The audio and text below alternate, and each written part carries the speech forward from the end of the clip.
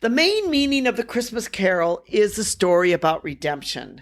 Scrooge was a miserly man who seemed to beyond redemption at the time. But yet, because he was mean, he was rude, he was ill-mannered, he treated Bob Cratchit, his clerk, with disdain and meanness.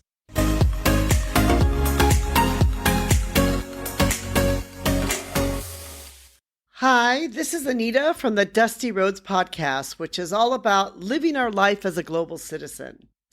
It's December, and December is the month where, of course, Christmas is celebrated in many parts of the world. And so Christmas is a very important holiday. It's always been a very important holiday for me. I remember as a child, we would usually have a huge celebration on Christmas Eve because my mother was Swedish. And then we'd anxiously wait in the morning for Christmas morning because we didn't open up our gifts on Christmas Eve as most of the Swedes did. We opened them up on Christmas morning. I just remember the anticipation, the excitement, the magic of Christmas. Christmas for me was always a magical time, and it still is a magical time. There's just something special in the air about Christmas and Christmas time. There's something wonderful about walking into a store and hearing the Christmas carols and Christmas music playing and seeing some of the Christmas decorations. And yes, Christmas has become a bit commercialized and sometimes, yes, it can get tiring. And yes, when you're going into Costco and it's September and the Christmas decorations are out, it does sometimes feel a little bit early. But at the same time, Christmas is a magical time. And probably one of the things that's really magical about Christmas is Charles Dickens' Christmas story. This is a story which has long been a Christmas classic. And, many times at Christmas time, we'll watch the Christmas story because it is just such a great story that has so many great meanings. So we're going to talk a little bit today about the Christmas Carol, and we're going to talk about some of the facts of it and discuss some of the aspects of the Christmas Carol. We hope that those of you, Christmas, if you're looking for a Christmas movie to watch, that you might get out and watch the Charles Dickens classic of the Christmas Carol. One of the main characters is Scrooge. Scrooge is sort of the stingy, kind of mean man who will not even allow his poor clerk, Bob Cratchit, to have a decent fire to warm himself on Christmas Eve. This act of not even allowing a fire really symbolized how stingy Scrooge was to not only his employer, but also as a human being. That he, was trying to force Bob Cratchit to work in this cold condition. So Scrooge kind of symbolizes all those that are opposed to the idea of Christmas. He's sort of the opposite of Christmas. He's greedy, he's selfish, he doesn't have any decency, and he has no goodwill towards his fellow men. So Charles Dickens really built Scrooge because he wanted us to see, here is somebody who's opposite, who symbolizes everything that's wrong in the world, and he doesn't at all have the Christmas spirit, that he ill-treats his staff, he only pursues money, and he's a miserable, cold-hearted, self-deluded, miserly, and ill-mannered kind of man. Scrooge's first name is Ebenezer, and it's been suggested that Charles Dickens gave Scrooge the first name of Ebenezer as a name means stone of help. Charles Dickens would have seen that even though Scrooge was hard-hearted, that eventually he could be redeemed. And it's kind of this lesson to us all that we can all be redeemed and we can all change our ways. When Charles Dickens wrote The Christmas Carol in 1840 England, about 35,000 children under 12 years old lived and worked in many of the poor houses around the city. The living conditions in those poor houses were appalling. So, of course, Charles Dickens would have seen the condition of these poor houses, and he was appalled by them. The living conditions in London were harsh, especially for the children in the workhouses, who were whipped and treated with harsh punishment. The children were barely given enough food to sustain themselves. So Charles Dickens saw these injustices of the miserly people who refused to help. He wrote the Christmas Carol as a social commentary. Even though he's a successful writer at this time, he wanted to write this as a commentary for the poor and the underserved in society. Because at 12 years old, Charles Dickens himself had to leave school and work in a boot blacking factory when his father was incarcerated in the debtor's prison. His family was in debt and poor. It was not until 3 years later that he could return to school to continue his education. So Charles Dickens really understood firsthand the plight of these children in the poorhouses. He understood poverty. He understood the debtor's prison. He understood all these things firsthand because he had lived with it. In The Christmas Carol, Bob Cratchit, he makes 15 shillings a week.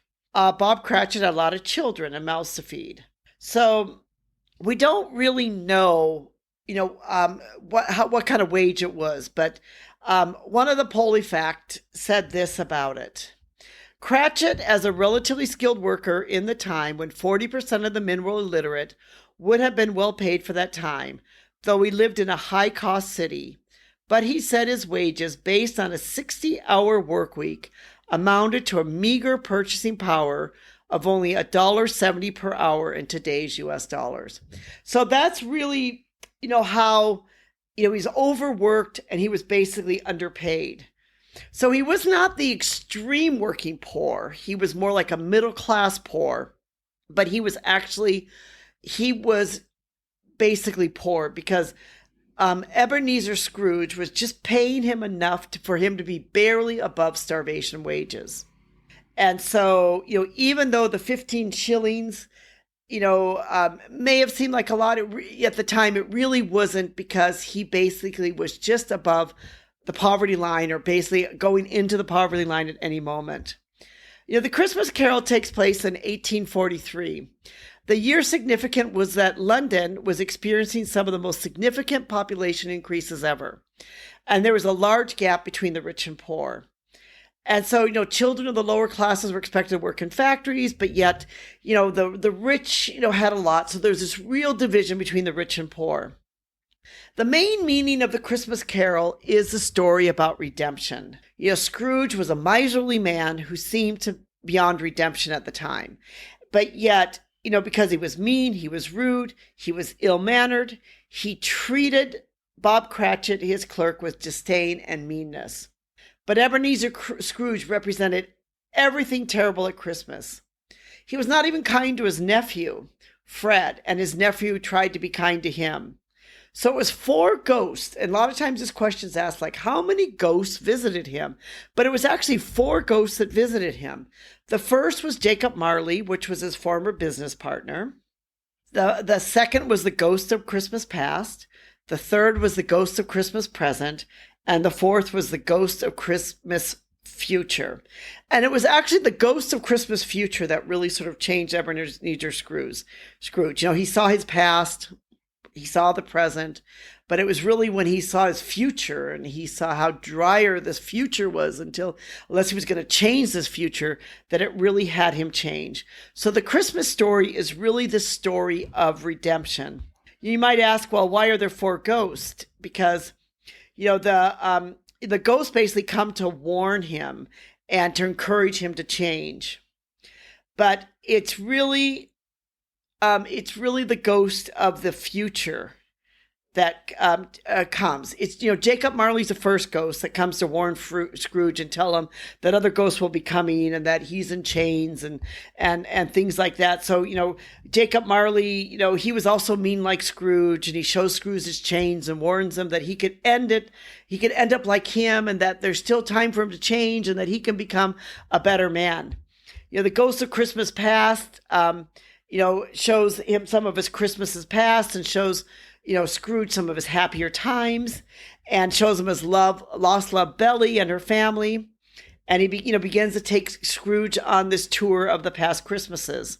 The ghost of the Christmas present also appears as the clock, strikes again, and he appears in Scrooge's room surrounded by a feast. He shows him the generous nature and the abundance of food.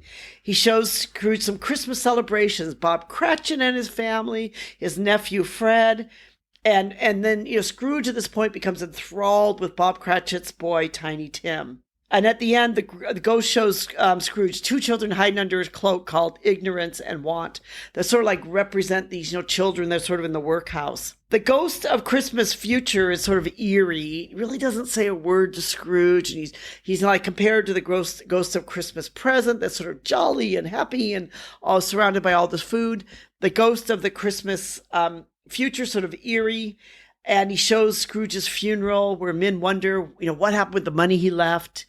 And they're picking through his belongings. And it really shows Scrooge how people didn't care about him, how he really didn't have anyone that cared because of the fact that he didn't care about anyone else. And he takes him to Bob Cratchit's house and he realizes that Tiny Tim has tragically died. And then the ghost takes him to his tomb where he just sees his name as Ebenezer Scrooge. And so, that's really what sort of changes Scrooge. He sort of realizes that there's time yet, I can change.